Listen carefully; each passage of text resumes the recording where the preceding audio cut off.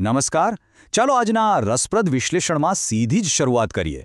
એક એવા વિશાળ ગીચ વસ્તીવાળા મહાનગરની કલ્પના કરીએ જ્યાં લાલ બત્તી કે ટ્રાફિક જેમનું નામ જ ન હોય.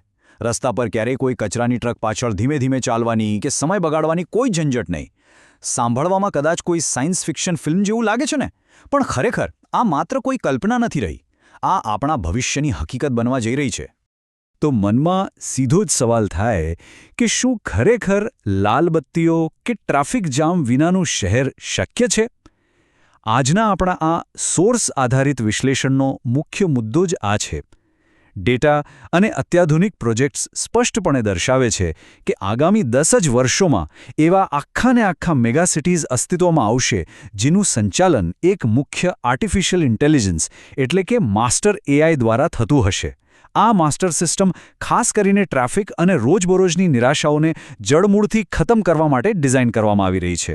આ કોઈ નાનો મોટો સુધારો નથી, આ તો ભવિષ્યની એક સંપૂર્ણ શહેરી ક્રાંતિ છે. તો આ સ્માર્ટ મહાનગરનું નિર્માણ ખરેખર કેવી રીતે થશે? ચાલો એ સમજીએ. આ ટેકનોલોજીકલ શિફ્ટ જમીની સ્તર પર કેવો દેખાશે તે સમજવું ખૂબ રસપ્રદ છે. જુઓ, આ માત્ર જૂના ઇન્ફ્રાસ્ટ્રક્ચરમાં 2-4 સ્માર્ટ સ્ટ્રીટ લાઇટ લગાવવા પૂરતું સીમિત નથી. ઓટોનોમસ સ્માર્ટ મેટ્રોપોલિસનો સીધો અર્થ એ છે કે સંપૂર્ણ શહેરી કેન્દ્રો જ્યાં એઆઈ સિસ્ટમ પાયાની તમામ સુવિધાઓ જેમ કે પરિવહન, જાહેર સેવાઓ અને સમગ્ર એનર્જી ગ્રીડનું સંચાલન જાતે જ કરે. એટલે કે એક એવી સેન્ટ્રલ સિસ્ટમ જે સતત શહેરની નાળ પારખે, ડેટા ભેગો કરે અને કોઈપણ પ્રકારની માનવીય દખલગીરી વિના જાતે જ સ્માર્ટ નિર્ણયો લે. હવે કદાચ એમ લાગે કે આવું તો ક્યારે શક્ય બને, પણ આ દૂરની વાત નથી. સાઉદી અરેબિયાનો ધલાઇન નામનો પ્રોજેક્ટ આનું અત્યારનું સૌથી મોટું અને જ્વલંત ઉદાહરણ છે.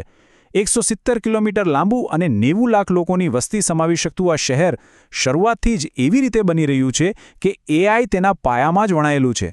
જરા વિચારો, ત્યાં કોઈ રસ્તાઓ જ નહીં હોય, કોઈ કાર નહીં અને કોઈ ઉત્સર્જન નહીં. મુખ્ય ઉદ્દેશ્ય એ છે કે ટેકનોલોજીની મદદથી લોકોનું જીવન ઘોંઘાટ અને પ્રદૂષણથી મુક્ત રહીને એકદમ સરળ અને સુવિધાજનક બની જાય. હવે વાત કરીએ આના સૌથી મોટા ફાયદાની, ટ્રાફિક જામનો સંપૂર્ણ અંત. આધુનિક શહેરોના રહેવાસીઓ માટે પરિવહન ક્ષેત્રની આ ક્રાંતિ એક ગેમ ચેન્જર છે. અત્યારે આપણી પાસે જે ટ્રાફિક સિસ્ટમ છે તે ટાઈમર પર ચાલતી અત્યંત કઠોર વ્યવસ્થા છે.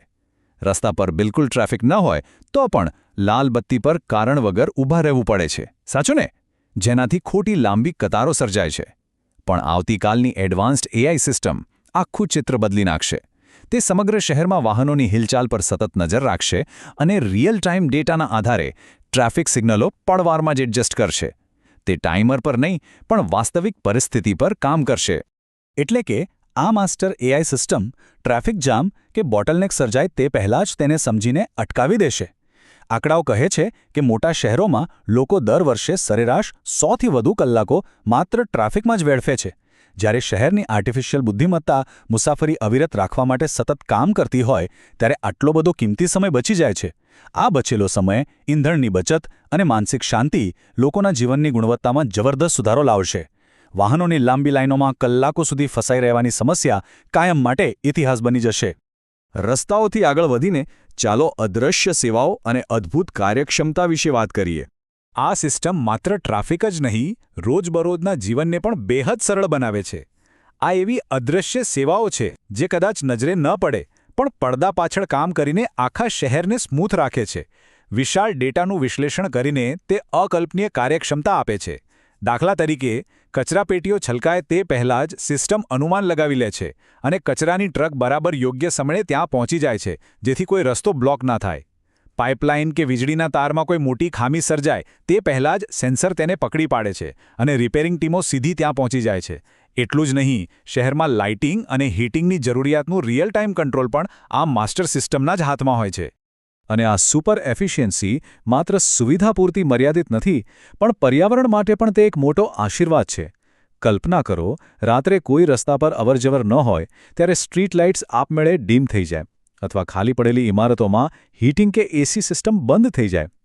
માત્ર વાસ્તવિક સમયની જરૂરિયાતોને આધારે સિસ્ટમ્સને કંટ્રોલ કરીને ઊર્જાનો બગાડ મોટા પ્રમાણમાં અને અસરકારક રીતે ઘટાડી શકાય છે. આનો સીધો અર્થ છે ઓછી કાર્બન ફૂટપ્રિન્ટ. આમ પર્યાવરણને સુરક્ષિત રાખવાની સાથે સાથે અત્યંત અનુકૂળ અને આર્થિક રીતે સક્ષમ વાતાવરણ પૂરું પાડવામાં આવે છે. અંતે એક ખૂબ જ રસપ્રદ ચર્ચા. સંપૂર્ણતા વિરુદ્ધ આપણા પરંપરાગત શહેરોનું આકર્ષણ. આ આધુનિક અને ટેકનોલોજીથી ભરપૂર ઉકેલોની ચર્ચા વચ્ચે માનવીય સ્વભાવને સમજવો પણ ખૂબ જ જરૂરી છે.